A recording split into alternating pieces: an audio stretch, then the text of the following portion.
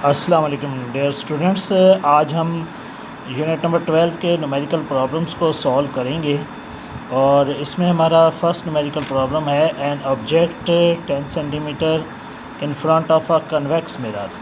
यहाँ हमारे पास question given है कि 10 सेंटीमीटर डिस्टेंस पर एक ऑब्जेक्ट को हमने कन्वेक्स मिरर के सामने रखा है N image of 5 centimetre behind the mirror, और इमेज जो बन रहा है वो 5 सेंटीमीटर बिहाइंड द मिरर बन रहा है। Find the focal length of the mirror. Mirror की फोकल लेंथ को हमने फाइंड आउट करना है। ये बहुत ही सिंपल सा क्वेश्चन है। ये जो ऑब्जेक्ट का डिस्टेंस गिवन है हमारे पास 10 सेंटीमीटर, सबसे पहले हम इसे P से रिप्रेजेंट करेंगे 10 सेंटीमीटर। Q डिस्टेंस हमारे पास 5 सेंटीमीटर है, लेकिन इसके साथ नेगेटिव साइन लगाएंगे क्योंकि क्वेश्चन में गिवन है image is found behind the mirror. Behind the mirror जो भी होता है वो वर्चुअल इमेज होता है, इसलिए यहाँ हम लिखेंगे सामने वर्चुअल इमेज है और साथ में नेगेटिव साइन भी लगाएंगे। और फोकल लेंथ हमें क्योंकि फाइंड करनी है, इसलिए हम focal length equal to question mark, हमारे पास मिरर फार्मूला है 1/f is equal to 1/p plus 1/q। उस फार्मूले को लिखेंगे। फार्मूले को लिखने के बाद वैल्यू सब्स्टिट्यूट की जाएंगी। p की वैल्यू 10 है, q की वैल्यू 5 है। यहाँ माइनस दरमियान में इसलिए आया है क्योंकि q की वैल्यू अभी आपको बताया वर्चुअल इमेज की वजह से नेगेटिव लेनी है। दोनों का एलसीएम लेने के बाद हम इनको सॉल्व करेंगे, और जब यहाँ हमारे पास रिज़ल्ट आएगा 1/f इज इक्वल टू -1/10, इसका हम रेसिप्रोकल ले लेंगे। रेसिप्रोकल का मतलब ये होता है कि इस साइड को भी उलट देंगे, f बन जाएगा, इस साइड को भी उलट देंगे, -10/1 बन जाएगा। तो ये हमारे पास फोकल लेंथ फाइंड आउट हो जाएगी। इसी तरह हमारे पास नेक्स्ट सेकंड क्वेश्चन है एक और। इसमें है N object is 30 centimetre toll. Object की हाइट गिवन है 30 centimetre, is located 10.5 centimetre from a concave mirror. Concave mirror के सामने ये ऑब्जेक्ट रखा हुआ है और 10.5 सेंटीमीटर पर रखा है, यानी P का डिस्टेंस 10.5 सेंटीमीटर है। P object distance with the focal length 16 centimetre. Focal length 16 centimetre given है, और उसने हमें दो पार्ट पूछे हैं। What is the image location, mean Q की वैल्यू फाइंड करनी है, इमेज की पोजीशन फाइंड करनी है। हाउ हाई इज़ इट, कि इमेज कितना हाई बनेगा। ऑब्जेक्ट की हाइट को हम HO साथ में छोटा सा O लिखते हैं ताकि ऑब्जेक्ट की हाइट मेंशन हो जाए। 30 सेंटीमीटर है। Distance of object 10.5 centimetre given है हमारे पास। इसी तरह हमारे पास फोकल लेंथ 16 सेंटीमीटर गिवन है। Q हमने फाइंड आउट करना है, जबकि हाइट ऑफ इमेज ये भी हमने फाइंड आउट करनी है। हमने यहाँ दरमियान में लाइन लगा ली है ताकि दो हिस्से बन जाए इसके। पहले हमने इसको 1/f is equal to 1/p plus 1/q का फार्मूला लगा कर यहाँ वैल्यूज़ पुट किए हैं, और इस Q को फाइंड आउट करने के लिए ये जो 1/10.5 है, इसको हम जब शिफ्ट करेंगे तो वहाँ जाकर ये माइनस का 1/10.5 बन जाएगा। अब इन दोनों वैल्यूज़ का एलसीएम लेना एक मुश्किल काम है, क्योंकि ये पॉइंट वाली डेसिमल वाली वैल्यू है। इनका एलसीएम लेकर अगर हम सॉल्व करते हैं तो मुश्किल हो जाएगा, इसलिए हमने 1 और 16 को डिवाइड किया है, डेसिमल में रिज़ल्ट निकाला है। 1 और 10.5 को डिवाइड किया है, डेसिमल में रिज़ल्ट निकाला है। दोनों को सब्ट्रैक्ट किया है, नेगेटिव साइन आया है।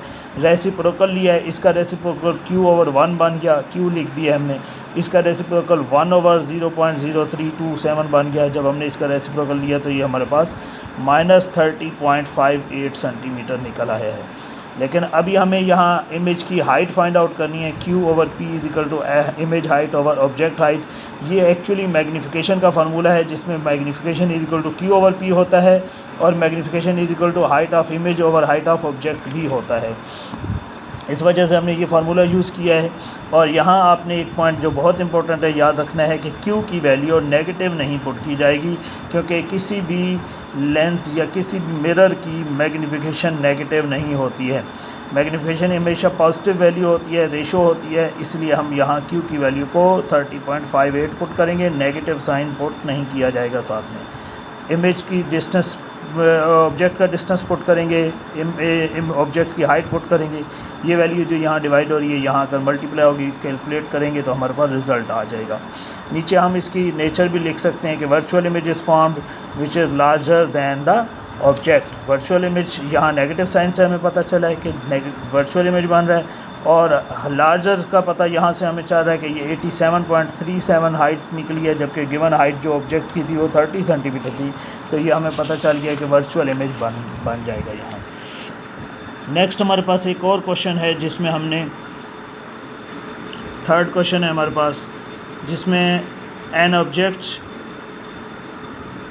And its image in a concave mirror object और उसका जो इमेज है कनकेव मिरर के अंदर are of the same height, दोनों सेम हाइट के हैं। येट इन्वर्टेड, अलबत्ता वो जो इमेज बन रहा है वो इन्वर्टेड बन रहा है। अब आपको ये पता होना चाहिए कि इन्वर्टेड इमेज हमेशा रियल होता है। When the object is 20 centimetre from the mirror, object का डिस्टेंस उसने बता दिया 20 सेंटीमीटर है। Find the focal length, focal length find करनी है। और what is the focal length of the mirror, जी फोकल लेंथ फाइंड आउट करनी है। इसमें हमें हाइट ऑफ इमेज और हाइट ऑफ ऑब्जेक्ट क्योंकि सेम है दोनों, तो हम लेट कर लेंगे कि हाइट ऑफ ऑब्जेक्ट 1 सेंटीमीटर है और हाइट ऑफ इमेज भी 1 सेंटीमीटर ही है। दोनों को हमने 1 सेंटीमीटर ले लिया है। पी डिस्टेंस उसने ऑब्जेक्ट का 20 सेंटीमीटर दिया था, फोकल लेंथ हमें फाइंड आउट करनी है। तो सबसे पहले फोकल लेंथ को फाइंड आउट करने के लिए आप ये फार्मूला यूज़ करेंगे 1/f = 1/p + 1/q। लेकिन q की वैल्यू यहाँ हमारे पास नहीं गिवन डाटा के अंदर, तो हम पहले मैग्नीफिकेशन का formula q/p = height of image और हाइट ऑफ ऑब्जेक्ट यूज़ करते हुए पहले q की वैल्यू फाइंड करेंगे। और वो अंडरस्टूड है कि जब हाइट ऑफ इमेज और हाइट ऑफ ऑब्जेक्ट दोनों सेम हैं तो डिस्टेंस ऑफ इमेज और डिस्टेंस ऑफ ऑब्जेक्ट भी सेम ही निकलना चाहिए। q = 20 सेंटीमीटर और फिर हम यहाँ से कैलकुलेट करेंगे तो हमारे पास फोकल लेंथ 10 सेंटीमीटर निकल आएगी। उसके बाद नेक्स्ट हमारे पास 12.4 क्वेश्चन है। एक और क्वेश्चन हम 12.4 कर रहे हैं। नेक्स्ट क्वेश्चन है find the length of the mirror, focal length of the mirror an image 5.66 centimetre behind the mirror. 5.66 centimetre image का डिस्टेंस बताया है, लेकिन वो बिहाइंड द मिरर बताया है। बिहाइंड द मिरर का मतलब होता है वर्चुअल इमेज, तो यहाँ हमें 5.66 के साथ नेगेटिव साइन लेना होगा। An object is place 34.4 centimetre in front of the mirror. Is the mirror concave or convex. आखिर में हमें ये भी बताना है कि मिरर जो है वो कनकेव है या कन्वेक्स है। ऑब्जेक्ट का डिस्टेंस है, बहुत ही आसान सा क्वेश्चन है। 1/f = 1/p + 1/q। Values substitute किए। यहाँ भी एलसीएम लेना डिफ़िकल्ट है। एलसीएम लेकर अगर हम सॉल्व करेंगे तो मुश्किल हो जाएगा, क्योंकि डेसिमल है, डेसिमल से एलसीएम लेना मुश्किल होता है। इसलिए हम 1/34.4 करेंगे, कैलकुलेटर से रिज़ल्ट निकालेंगे। 1/5.66 करेंगे, कैलकुलेटर से रिज़ल्ट निकालेंगे। दोनों को सब्ट्रैक्ट करेंगे, नेगेटिव साइन निकला है, रेसिप्रोकल लेंगे। रेसिप्रोकल लेने के बाद हमारे पास -6.78 सेंटीमीटर निकला है। ये नेगेटिव साइन हमें शो कर रहा है कि ये जो मिरर है ये कन्वेक्स मिरर है, क्योंकि कन्वेक्स मिरर की जो फोकल लेंथ होती है वो नेगेटिव होती है। यहाँ भी हमारा रिज़ल्ट नेगेटिव निकला है, तो इसका मतलब है कन्वेक्स मिरर यूज़ हो रहा है। नेक्स्ट एक और क्वेश्चन है हमारे पास, जिसमें उसने हमें क्वेश्चन दिया है कि object an image of the statue appears to be 11.5 centimetre behind the concave mirror. Concave mirror के बैक साइड पर बनने वाला इमेज है 11.5 सेंटीमीटर पर बिहाइंड द मिरर है। ये भी वर्चुअल इमेज होगा, इसे भी माइनस में लेना होगा 11.5 को। और फिर आगे उसने कहा है विद द फोकल लेंथ, उसकी जो फोकल लेंथ है वो 13.5 सेंटीमीटर है। यहाँ focal length concave mirror use हुआ है, इसलिए हम इसको फोकल लेंथ को पॉजिटिव लेंगे। Find the distance from the statue to the mirror. Statue और मिरर के दरमियान वाला डिस्टेंस यानी पी डिस्टेंस हमें फाइंड आउट करना है।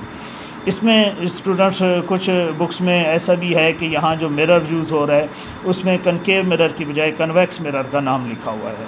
तो अगर आपकी बुक में कन्वेक्स मिरर लिखा हुआ है तो आपने घबराना नहीं है, फिर आपको ये फोकल लेंथ भी क्या लेनी होगी, नेगेटिव लेनी होगी। मेरे पास जो बुक है अभी उसके मुताबिक इसके जो फोकल लेंथ है वो कनकेव मिरर होने की वजह से मुझे यहाँ पॉजिटिव लेनी है 13.5।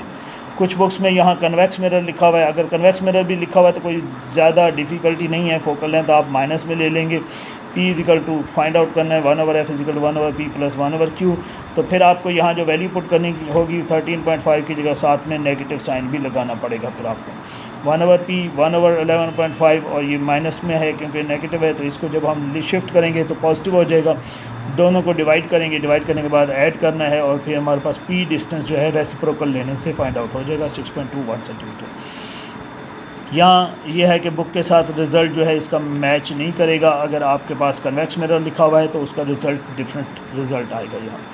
नेक्स्ट हमारे पास एक और क्वेश्चन है 12.6 क्वेश्चन है हमारे पास। 12.6 क्वेश्चन में दो पार्ट है हमारे पास। An object an image is placed an object is placed by the जी एक मिनट, मैं रीडिंग में थोड़ा प्रॉब्लम हो रहा है। N image is produced by a concave mirror से हम इमेज प्रोड्यूस कर रहे हैं of focal length 8.7 centimetre. The object is 13.2 centimetre टाल, ऑब्जेक्ट की हाइट भी बता दी है, and the distance is 19.3 centimetre from the mirror से 19.3 सेंटीमीटर दूर पर ऑब्जेक्ट को रखा हुआ है। ऑब्जेक्ट डिस्टेंस P होता है। और वो पहले पार्ट में हमें कह रहा है फाइंड द लोकेशन हम Q को कहते हैं, यानी कितना दूर इमेज बनेगा, लोकेशन बतानी है, Q बताना है हमें, इमेज का distance, and height of the image, और हाइट ऑफ इमेज भी फाइंड आउट करनी है। ये हमारा क्वेश्चन मार्क है, Q और H हमें फाइंड आउट। फिर उसके बाद B पार्ट में वो कहता है find the height of the image produce by the mirror if the object is twice as far from the mirror। अब पहले वाले डिस्टेंस से हमें ऑब्जेक्ट के डिस्टेंस को ट्वाइस कर देना है, क्योंकि मिरर वही है, फोकल लेंथ हम वही वाली लिखेंगे, ऑब्जेक्ट वही है, हाइट ऑफ द ऑब्जेक्ट भी वही लिखी जाएगी। अलबत्ता जो ऑब्जेक्ट की पोजीशन है उसने कहा ट्वाइस कर दो, ट्वाइस मतलब डबल डिस्टेंस पे रखो उसे। 19.3 सेंटीमीटर के बजाय अब हमें उसे डबल डिस्टेंस यानी 38.6 सेंटीमीटर पर रखना है। और इस क्वेश्चन में एक प्रॉब्लम है कि यहाँ भी क्वेश्चन का आंसर जो बुक में दिया गया है वो गलत दिया गया है। आप ये जहन में याद रखें कि P की वैल्यू अगर चेंज हो गई है, हमारे पास ऑब्जेक्ट को हमने दूर कर दिया है, तो इमेज की पोजीशन भी चेंज ही हो जाएगी हमारे पास। Q की वैल्यू भी हमें फाइंड आउट करनी होगी और फिर उसके बाद height of image find out करनी होगी।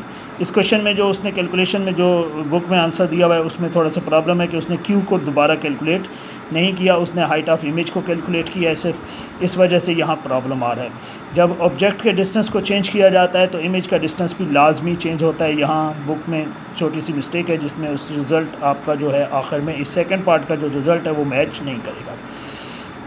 1/f = 1/p + 1/q। पहले हम इस पार्ट को सॉल्व कर रहे हैं, हमने यहाँ वैल्यूज़ पुट की हैं, वैल्यूज़ पुट करने के बाद ये वैल्यू उधर से शिफ्ट की है, माइनस हो गई है, दोनों को हमने डिवाइड कर लिया है। डिवाइड करने के बाद हमने इसको रेसिप्रोकल लिया है, तो q का डिस्टेंस हमारे पास 15.85 सेंटीमीटर निकल आया है। इसी तरह हमने फिर height of image find out करने के लिए हाइट ऑफ इमेज और height of object Q/P formula apply किया, यहाँ कैलकुलेशन किए हैं और हाइट ऑफ इमेज हमारे पास 10.84 सेंटीमीटर फाइंड आउट हो गई। अब जब हम दूसरा पार्ट इसका सॉल्व करेंगे वो भी सेम इसी तरह है। आपको पहले भी बताया है कि ऑब्जेक्ट चेंज नहीं हुआ तो ऑब्जेक्ट की हाइट वही रहेगी, मिरर चेंज नहीं हुआ तो उसका फोकल लेंथ भी वही रहेगी। अलबत्ता P का डिस्टेंस उसने कहा है कि डबल कर देना है, तो डबल कर दिया हमने, 38.6 कर दिया।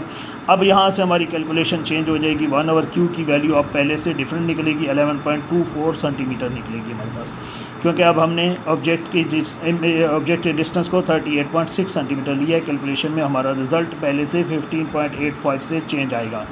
बुक वाले ने जो उसे आंसर दिया हुआ है वो इस Q को इसको यूज़ करके सॉल्व किया, लेकिन हम Q ये यूज़ करेंगे क्योंकि ऑब्जेक्ट का डिस्टेंस इमेज के डिस्टेंस पर डिपेंड करता है, इमेज का डिस्टेंस ऑब्जेक्ट के डिस्टेंस पर डिपेंड करता है। अब क्योंकि ऑब्जेक्ट का डिस्टेंस डबल हो चुका है तो इमेज का डिस्टेंस लाजमी चेंज होगा, 11.24 पहले आपको कैलकुलेट करना होगा, फिर आप ये फार्मूला यूज़ करेंगे, वही height of image over height of object Q/P, और उसके मुताबिक कैलकुलेट करेंगे, 33.84 सेंटीमीटर हाइट ऑफ इमेज निकल आएगा।